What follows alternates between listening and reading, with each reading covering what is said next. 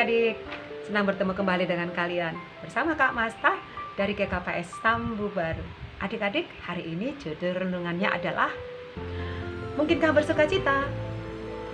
Ada tulisan, bersukacitalah senantiasa. Itu tulisan Rasul Paulus. Bersukacitalah senantiasa lo adik-adik. Senantiasa dalam arti dalam segala keadaan. Saat kamu mendapatkan hadiah sepeda baru karena nilaimu bagus, juara kelas, tentu pasti kamu sangat bersukacita. Tapi, mungkinkah kamu bersukacita saat kamu mendengar papa kamu sakit keras? Ketika kamu mendapatkan rumah yang bagus, pasti kamu sangat bersukacita.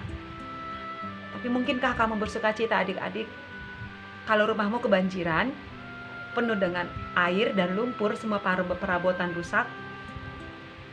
Hal yang mustahil bukan? Kak Masta punya cerita tentang bersukacita. Ada sebuah kota, namanya kota Filipi, di mana Paulus dan Silas mengabarkan Injil tentang Kristus. Tetapi penduduk Filipi menolak dan menentang ajaran mereka, sehingga Paulus dan Silas ditangkap, dipukuli, direjam, tubuh mereka penuh dengan luka, dan mereka dipenjarakan adik-adik. Dipenjarakan di penjara bawah tanah. Mereka ditempatkan di bagian tengah, di mana tempat yang sangat lembab, udaranya tidak cukup, dan di dalam sangat dingin. Mereka tidak pakai baju, badannya penuh dengan luka, dan mereka juga kakinya dipasung. Kalian bisa bayangkan kan betapa menderitanya Paulus dan Silas. Tetapi apa yang dilakukan Paulus dan Silas? Kak Masta akan bacakan. Kisah Para Rasul 16 ayat 25 menuliskan, pada tengah malam Paulus dan Silas berdoa dan menyanyikan puji-pujian kepada Allah. Ada nyanyian di dalam penjara. Biasanya di dalam penjara itu yang ada kedengaran apa? Keluhan, tangisan, ratapan, raungan, kesedihan. Tetapi malam itu yang terdengar adalah nyanyian puji-pujian dari Paulus dan Silas. Semua penghuni penjara mendengarkan, dan hati mereka tersentuh, jiwa mereka terangkat mendengar lagu pujian Paulus dan Silas. Adik-adik, peristiwa tersebut juga didengar oleh jemaat yang ada di Filipi. Mereka kagum dengan Paulus, karena di dalam penderitaannya Paulus masih bisa bernyanyi bersukacita. Karena apa? Karena Paulus merasakan Kristus hadir di dalam penderitaannya.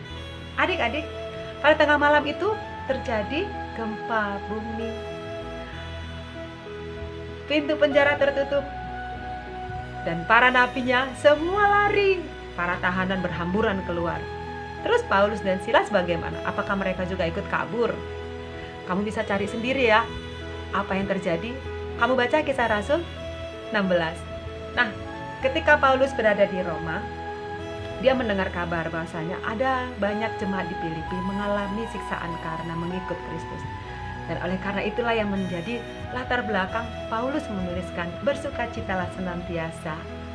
Dua kata yang disambung, yaitu di dalam Tuhan. Filipi 4 ayat 4 menuliskan bersukacitalah senantiasa di dalam Tuhan. Itu kata kuncinya adik-adik, di dalam Tuhan. Bersukacita di dalam Tuhan artinya kita bersukacita karena Tuhan. Kita bersukacita oleh Tuhan. Kita bersukacita di dalam Tuhan. Paulus bukan senang karena dia di penjara adik-adik.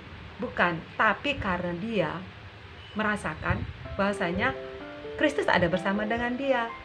Makanya dia bersukacita dan dia bisa bernyanyi.